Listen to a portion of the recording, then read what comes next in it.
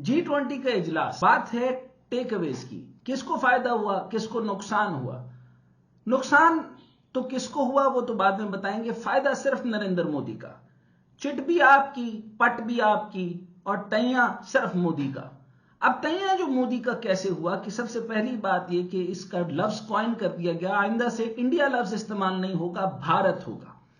अब आप इसके ऊपर जरा गौर कीजिए कि भारत क्यों होगा। भारत को संस्कृत के अंदर जो है उसको कहा जाता है लफ्ज अग्नि। भारत का मतलब होता है अग्नि, और अग्नि का मतलब फायर। अब जो है वो एग्रेसिव स्ट्रैटेजी के तौर पर इस्तेमाल तो किया, लेकिन सिर्फ और सिर्फ ब्रांडिंग पर्पस के लिए। यानी भारत, यानी नरेंद्र मोदी के अगले इलेक्शन आ रहे हैं, और अब आप कहेंगे कि मैं G20 से इस इलेक्शन को क्यों जोड़ रहा हूं। इसमें सिर्फ और सिर्फ आप यूं समझ लीजिए कि ये बिग बॉयज पार्टी थी, यानी ताकतवर ममालिक की उसने एक जो है कमजोर मुल्क ने, जो अब उभर कर थोड़ा सा अमीर होने जा रहा है, लेकिन उसको यह नहीं पता कि 90 करोड़ अभी भी गुर्बत में है। असल में गुर्बत जो है ग्रॉस डोमेस्टिक हैप्पीनेस नहीं आई। हिंदुस्तान के जो है वो किसान खुशहाल नहीं है, हिंदुस्तान के लोग खुशहाल नहीं है, हिंदुस्तान के मुस्लिम बरादरी खुशहाल नहीं है, मणिपुर वाले खुशहाल नहीं है, कश्मीर का मसला हल नहीं हुआ, लेकिन उसकी ब्रांडिंग मजबूत हो गई। एक ब्रांडिंग ये कि उसने लफ्ज भारत कह के अपना हिंदवता का जो है वो राज जो कायम करना था, उन्होंने वो वादा पूरा कर दिया। दूसरा, चांद पे जाने से लेकर G20 के अंदर पूरी दुनिया की सेलिब्रेशन करना सिर्फ एक पार्टी थी। अब आप मुझसे पूछेंगे इकोनॉमिक टेक अवेज क्या थे। इकोनॉमिक टेक अवेज के अंदर वो सिर्फ फेकली ये साबित करना चाह रहा था कि देखें बाइडेन भी हमारे साथ हैं, देखिए हमारे साथ ये मुल्क भी है, ये मुल्क भी है। लेकिन इसमें बड़ी खूबसूरत बातें हुई।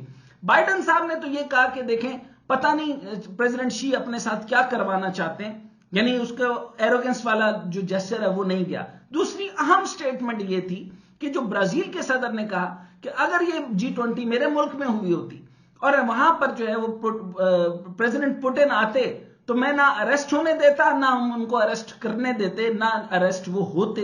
यानी इससे ऊपर वो उन्होंने कहा कि हमें कोई लेना देना नहीं है कि डिवाइड से, हम सिर्फ ये चाहते हैं कि पीस एंड प्रोस्पेरिटी हो और आपस में एक दूसरे के साथ मफाहमती मामलात हों और एक दूसरे के साथ जो है वो आर्बिट्रेशन के मामलात हों और अमन मुमकिन हो सके और मईशत की ग्रोथ हो। अच्छा, अब ये सारे मैटर को आपने गौर से जब देख लिया, तो दूसरा एक अहम तरीन बात जो उन्होंने की, जो ब्राजील के सदर ने की, वो बड़ी अहम थी।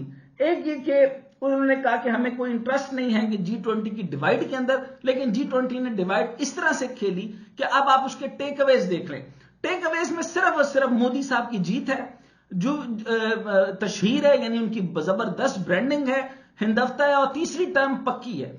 अब उसके अंदर जो है फिर दूसरी इंपॉर्टेंट बात यह हो गई कि सदर पुतिन की तरफ से उनके जो रिप्रेजेंटेटिव ने बताया, उन्होंने कहा कि यह बहुत अच्छी बात है कि हमारा नाम नहीं लिया गया। यानी यूं समझ लीजिए कि ऋषि सुनाक जो है वो भी यूक्रेन मैटर पे बात करना चाहते थे, लेकिन उन्होंने भी अपनी जुबान बंद करके फौरी तौर पे तिजारती मुआहदे के साथ हुआ, यानी बायलैटरल ताल्लुकात के अंदर जीरो रेटिंग के ऊपर, जीरो फ्रेट के ऊपर उनके जो है वो तिजारती मुआहदे होंगे। वो ऑफकोर्स एक नेक्स्ट क्रिएट हो चुका है। जैसे सिंगापुर के जो सदर हैं वो भी बॉर्न इंडियन है, जाहिर सी बात है हिंदवता उनकी मजबूत है। ये हमारी तरह तो नहीं है कि हमारे में डिवाइड होगी।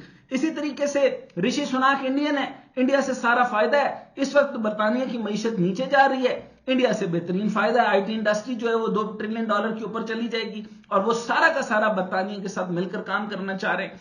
अच्छा, तीसरी अहम बात जो है, जो मुसलसल मैं देख रहा हूं इस पूरे के अंदर, ये जो मुआहदा हो गया, इसमें एक बात जो मुसलसल है वो उसको तो नलीफाई कर दिया, लेकिन टैगलाइन के लिए तो अच्छा हो गया ना, one earth, one family, one future, यानी एक पृथ्वी, एक कुटुक और एक भविष्य। ये याद करवा दिया उन्होंने ये टैगलाइन देकर कि आप लोग याद रखिए कि हम अपनी भाषा के अंदर मजबूती दिखाएंगे। यहां तक कि अमेरिका की एक रिप्रेजेंटेटिव वहां थी, उन्होंने मजबूत किस्म की हिंदी बोलकर बता दिया कि भारत का इन्फ्लुएंस क्या है, और लफ्ज भारत इंडिया की जगह रिप्लेस होकर पूरी मीडिया के अंदर बन गया। तीसरी जो अहम बात आप समझिए कि यानी वहां से वाशिंगटन डीसी से, व्हाइट हाउस से यह कहा भी गया कि मीडिया को एक्सेस दे दी जाए, उन्होंने डिनायल दे दिया, उन्होंने आपको मीडिया एक्सेस नहीं दिया।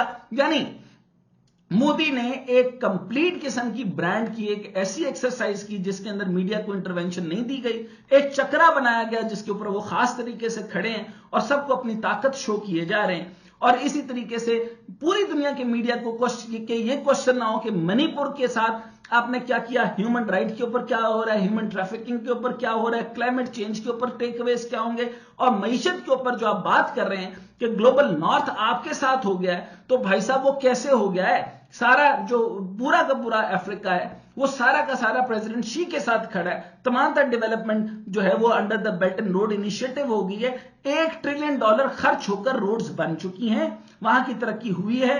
घाना से लेकर तमाम अफ्रीकी ममालिक के अंदर तरक्की अगर आप देख सकते हैं तो वो चाइना ही की दी हुई है। और यहां पर जो एक कॉरिडोर की बात कर रहे हैं, कॉरिडोर आपको कहीं नजर नहीं आ रहा और ना ही इनिशिएट होगा। चुनाचे कोई टेंजिबल इनिशिएटिव मुझे नजर नहीं आया। मैं आपके सामने एक दो चीजें और शेयर करके फिर आपको वाइंड अप की तरफ ले जाता हूं। वो ये कि इसके अंदर इंटरनेशनल एजेंसीज जो है, ऑक्सफाम वो कहती है कि जो इस समिट के बारे में अनइंस्पायरिंग एंड अंडरवेलमिंग, यानी कंप्लीटली अनइंस्पायरिंग और अंडरवेलमिंग, जिसके अंदर टेकअवेज थे ही नहीं। और जो टेकअवेज हुए वो सिर्फ और सिर्फ 3 मेजर विंस फॉर इंडिया थी। उसका कंसेंसस, उसकी इंक्लूजन और उसका सोल्यूशन।